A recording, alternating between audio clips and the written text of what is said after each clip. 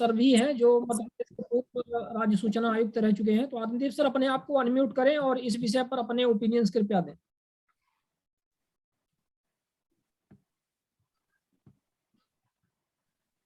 जी जी sir, स्वागत है। जी नमस्कार। नमस्कार सर। नमस्कार माननीय गांधी जी, उत्प्रेती जी और सभी साथी शिवानंद जी सहित। बहुत अच्छी चर्चा मैंने शुरू से अभी तक की सुनी हुई है।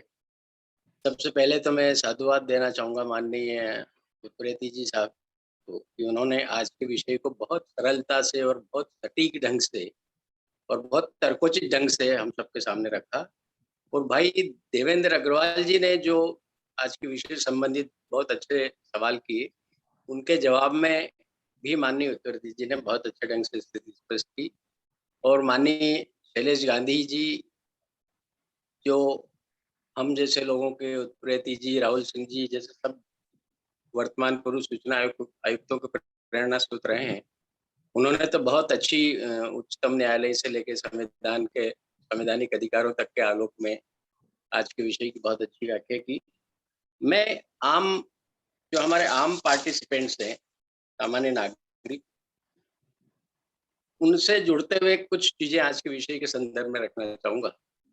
यह तो हम सब अच्छे से जान ही गए हैं कि सूचना का अधिकार अधिनियम की धारा 6(2) में ये साफ प्रावधान है कि आवेदक से सिर्फ वही जानकारी मांगी जाएगी जो उससे संपर्क करने के लिए जरूरी हो, यानी उसके नाम, पता, फोन नंबर वगैरह।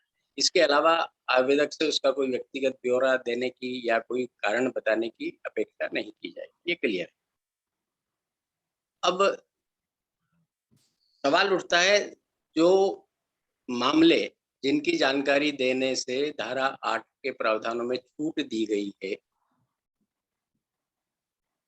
उनका क्या किया जाए? क्योंकि आज के विषय के संदर्भ में सबसे महत्वपूर्ण धारा 8 यही प्रावधान है। यही है 8, धारा 8 और उसका भी एक ही सेक्शन जे। तो जैसा माननीय उत्प्रेती जी ने बताया, उनके सामने जो मामले आए वैसे के वैसे ही, मैं उनको दोहराऊंगा नहीं, हमारे इस सामने मध्य प्रदेश सूचना आयोग में आए हैं कि ये धारा 8(1) के मामले और बाकी भी ज्यादातर हमें लगता है जो सद्भाविक उपयोग करता है सूचना के अधिकार का, जो लोकहित में उपयोग करते हैं, उनके मामले में आमतौर पर नहीं आते हैं। बिल्कुल बिल्कुल। ज्यादातर जो दुरुपयोग करता है किसी से खुन्नस निकालने के लिए, किसी को परेशान करने के लिए, या पति पत्नी के झगड़े में दोनों एक दूसरे की हद से ज्यादा व्यक्तिगत जानकारियां मांगने लगते हैं, तब ये आता है। और लोक सूचना अधिकारियों को अज्ञानतावश भी ये धारा 8(1) का दुरुपयोग होता है, उनको मालूम ही नहीं है। जबकि ये धारा 8 के प्रावधानों के बारे में कानूनी दृष्टि से ये स्पष्ट है कि ये स्वचालित निषेधाधिकार नहीं है, ये अपने आप लागू नहीं हो जाता है, मामले के तथ्यों पर निर्भर करता है। जैसा माननीय उत्प्रेती जी ने भी कहा कि हर मामले में ये केस टू केस डिफर करता है, हर मामले के गुण दोष के आधार पर इस की कसौटी पर कस के इस मामले में निर्णय किया जाना चाहिए। लेकिन लोक सूचना अधिकारी सीधे सीधे लोगों को लिख देता है, किसी लोक सेवक की सेवा संबंधी जानकारी मांगी, वो लिख देता है कि ये तो व्यक्तिगत जानकारी है, नहीं दी जा सकती, 8(1) लागू हो जाता है। जबकि अगर किसी लोक सेवक की सेवा संबंधी जानकारी मांगी जाती है या लोक क्रियाकलाप, लोक से संबंधित जानकारी मांगी जाती है, भले ही वो व्यक्तिगत जानकारी श्रेणी में आती हो, तो भी पीआईओ को सीधे सीधे मना नहीं करना चाहिए, बल्कि कानून के हिसाब से उसको धारा 11 के तहत जिस लोक सेवक की जानकारी मांगी उसको नोटिस देना चाहिए, ये आपके बारे में मांगी है, इस पे आपकी क्या राय है। और 10 दिन में अगर उसका जवाब मिल जाता है तो ठीक है, नहीं मिलता है तो भी।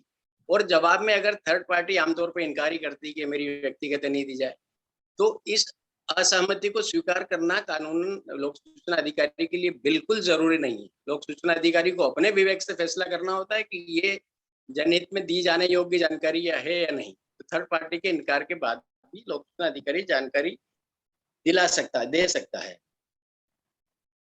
दूसरा, धारा 8(1) में जितने भी प्रावधान है, 1(j) सहित जितने भी प्रावधान है जिनमें जानकारी देने से छूटे, उनके साथ भी एक बात जुड़ी है जो जिसपे सबको गौर करना चाहिए कि अगर किसी की व्यक्तिगत जानकारी की श्रेणी में आने वाली सूचना किसी को देने से उस व्यक्ति को जिसकी सूचना है, जिससे संबंधित सूचना है, उसको जितना नुकसान होने की संभावना है उससे अधिक वो जानकारी देने से लोकहित सिद्ध होने के अवसर है, तो वो जानकारी दी जा सकेगी। ये धारा 8 के सारे प्रावधानों को ये चीज सुपरसीड करती है कि अगर लोक क्रियाकलाप और लोकहित से संबंधित जानकारी, उसमें व्यापक लोकहित है, तो वो जानकारी दिलाई जा सकती है। इसके अलावा एक और धारा 8 के प्रावधानों की काट में माननीय शैलेश जी ने जैसा भी कहा कि जो जानकारी संसद या विधानसभा को देने से इनकार नहीं कर सकते, वो धारा 8 के तहत भी आप इनकार नहीं कर सकते हैं। एक मामला हमारे सामने आया था, वो जजेस से जुड़ा है। आजकल सुप्रीम कोर्ट ने हाई कोर्टों पे दबाव बनाया हुआ है कि ये केसों की पेंडेंसी बहुत है, तो आप फला सन तक के इतने समय में निपटाइए और उसकी समीक्षा करिए, हमको रिपोर्ट भेजिए। हाई कोर्ट ने निचले अदालतों पे दबाव बनाया हुआ है इसी तरह कि आपके यहाँ कौन से साल के कितने केस पेंडिंग है, उनकी हर महीने बैठक समीक्षा करिए और पुराने मामले एक निश्चित समय सीमा के बाद निपटाइए। इस तरह के तो हर जजेस की समीक्षा बैठक हो। एक जिले में, भिंड जिले में मध्य प्रदेश के, इस समीक्षा बैठक हुई, उसमें एक जज उपस्थित नहीं हुआ, तो उसके खिलाफ सेशन जज ने उसको अनुशासनात्मक कार्रवाई का नोटिस दे दिया। तो उस समीक्षा बैठक में अनुपस्थित रहे जज ने आरटीआई लगाकर बाकी सब जजों के बारे में व्यक्तिगत जानकारियां मांग ली। उसमें एक जानकारी ये भी थी कि इन जजों के ने अभी तक जितनी छुट्टियां ली, उन अवकाश आवेदन पत्रों की मुझे प्रतियां दी जाए। अब इसका लोकहित से कोई संबंध नहीं है कि किसी ने छुट्टी की अर्जी दी, उसकी कॉपी आपको दी जाए। कोई सरकारी नौकर है, उसकी ने कितनी छुट्टियां ली, ये तो आप, या कब उपस्थित अनुपस्थित रहा, ये तो आप ले सकते, लेकिन उसकी अवकाश के आवेदन की आप प्रति नहीं ले सकते, क्योंकि उसमें कईयों में लोग अपने व्यक्तिगत कारण उल्लेखित करते हैं, अपनी बीमारी का उल्लेख करते हैं, या कोई पारिवारिक मामला है, संपत्ति का विवाद है, उसके निपटारे के लिए उसको कहीं जाना है, कोई पेशी है, कुछ है, तो ये जानकारी नहीं सार्वजनिक की जा सकती। ये मामला हमारी कोर्ट में आया था सूचना आयोग की, तो हमने उस जज को साफ इनकार किया कि आपको ये अवकाश आवेदन पत्र की प्रतियां नहीं दिलाई जा सकती। तो ऐसा नहीं है कि ये अब इसमें साफ है कि वो खुन्नस खाके, चूंकि उसके अगेंस्ट विधि पूर्वक कार्रवाई की जा रही थी, नोटिस दिया गया था, उसमें कोई गलती नहीं थी, पर उसका बदला लेने के लिए उसने बाकी जजों को परेशान करने के लिए जानकारी मांगी। अब मान लीजिए उसको छुट्टी के आवेदन पत्रों की जानकारी दिला भी देते, तो उससे क्या लोकहित सिद्ध होता है या क्या न्यायिक सिद्ध होता है? कोई उसका प्रयोजन नहीं था, सिर्फ दुर्भावनावश मांग रहा था। तो ऐसे मामलों में मेरा निवेदन है सभी लोगों से, जो पार्टिसिपेंट्स हैं हमारे, अभी करीब 76 पार्टिसिपेंट जुड़े हैं, कि हम सूचना के अधिकार का जनहित में ज्यादा से ज्यादा सदुपयोग करें, लोक क्रियाकलाप से संबंधित जानकारी मांगे, व्यक्तिगत जानकारियां मांगने से बचें। हाँ, जो लोक सेवक हैं, सरकारी अधिकारी कर्मचारी, उनकी सेवा से जुड़ी जानकारियां आप अवश्य मांग सकते हैं, लेकिन अगर धारा 8 के प्रावधानों से बचना है, तो जो आपको लगता है कि व्यक्तिगत जानकारी की श्रेणी में सूचनाएं आती है, वो अगर आप मांगते हैं, तो साथ में भले ही धारा 6 में प्रावधान है कि आप कारण नहीं बताएंगे, लेकिन आपको स्वतः अपना पक्ष मजबूत करने की खातिर अपना प्रयोजन, औचित्य, वो जानकारी मांगने का उल्लेखित करना चाहिए कि मैं ये जानकारी इस लोकहित में मांग रहा हूँ, मुझे संदेह है कि इसमें भ्रष्टाचार हुआ, या इसने अनुपस्थित रहते हुए उपस्थिति दर्ज कराई है, या झूठा टीए बिल लिया है, या झूठी कार की लागू भरी है, या भ्रष्टाचार का अंदेशा है। ऐसा कोई न कोई आपको लोकहित बताने वाला प्रयोजन भी अपने आवेदन में आप स्पष्ट कर देंगे, तो इसमें कोई हर्ज नहीं है, आपको कोई नुकसान नहीं है, बल्कि आपका पक्ष मजबूत होता है। और लोक सूचना अधिकारी को सीधा सीधा ये लिख के मना करने में दिक्कत होगी अगर आप प्रयोजन औचित्य उल्लेखित करेंगे, तो कि ये व्यक्तिगत नहीं दी जा सकती, इससे आपका बचाव हो सकता है। धन्यवाद। धन्यवाद आनंदीप सर। और शैलेश सर ने अपना हैंड रेज किया हुआ है, तो sir please unmute, sir unmute करेंगे, अनम्यूट प्लीज। बड़ी विनम्रता से मैं कहता हूं, मैं इससे एग्री नहीं करता हूं सर। जो मैं कह रहा था उसका ये कंप्लीट उल्टा है। और एक चीज, इसको एक दूसरे को सराहे नहीं, मतभेद है तो उसको चर्चा करें। मेरे हिसाब से कानून क्या कहता है, आपने ये कहा कि व्यक्तिगत कारण नहीं होना चाहिए। मैं कहता हूँ क्यों नहीं होना चाहिए, बल्कि हकीकत ये है, मानव स्वभाव ये है कि खुद के व्यक्तिगत फायदे के लिए ही 99% लोग काम करते हैं। जनहित में काम करना जरूरी नहीं है। मौलिक अधिकारों को इस्तेमाल करते वक्त जनहित बताना बिल्कुल जरूरी नहीं है, कतई जरूरी नहीं है। ये बहुत ही डेंजरस बात है। अगर ये हम एक्सेप्ट करते हैं तो बोलने के पहले पहले कारण देना पड़ेगा कि क्यों जनहित में है। मेरे हित में मेरी मर्जी से मैं बोलूं, मेरी मर्जी से मैं इंफॉर्मेशन लूं।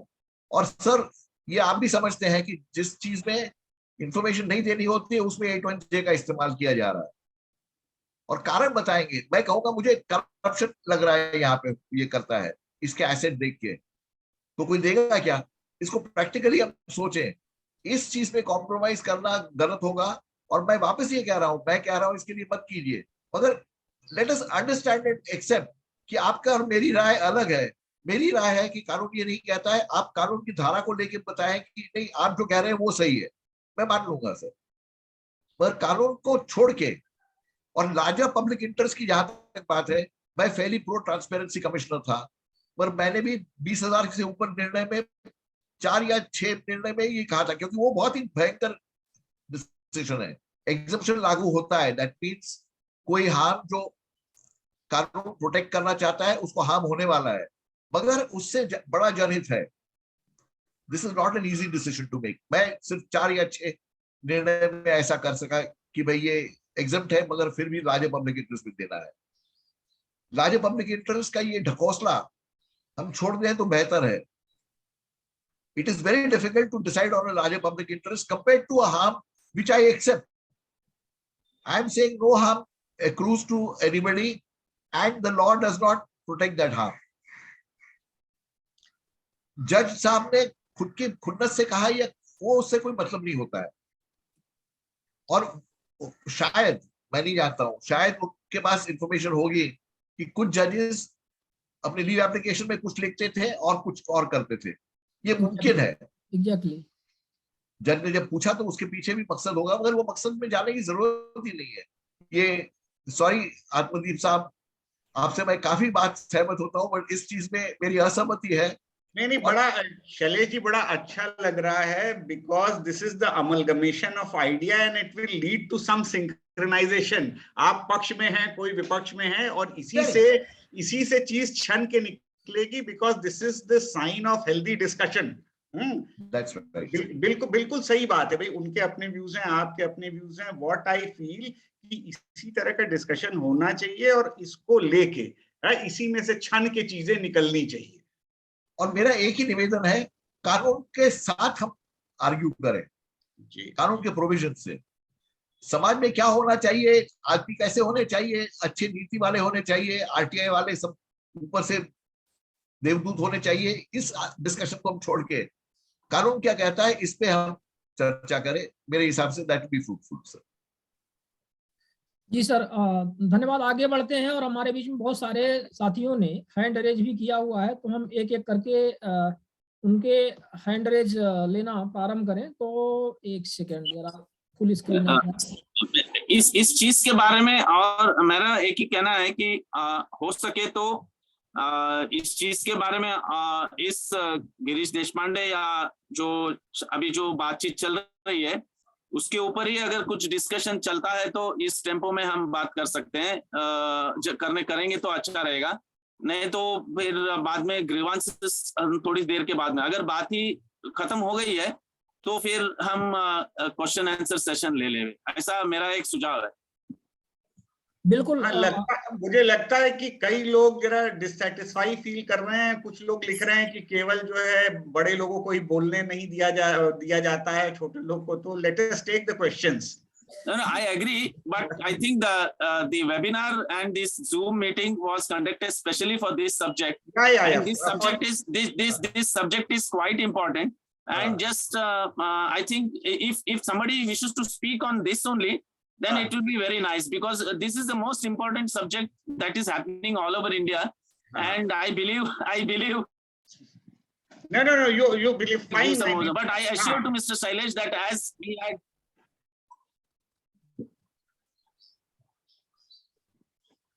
हाँ शैलेश सर, इसमें और कुछ जोड़ना चाहेंगे क्या, और इस विषय पर? आपका अनम्यूट है, अनम्यूट म्यूट है, सॉरी। म्यूट हो गए हैं। नहीं, अब मैं दूसरों की बात सुनना चाहूंगा सर।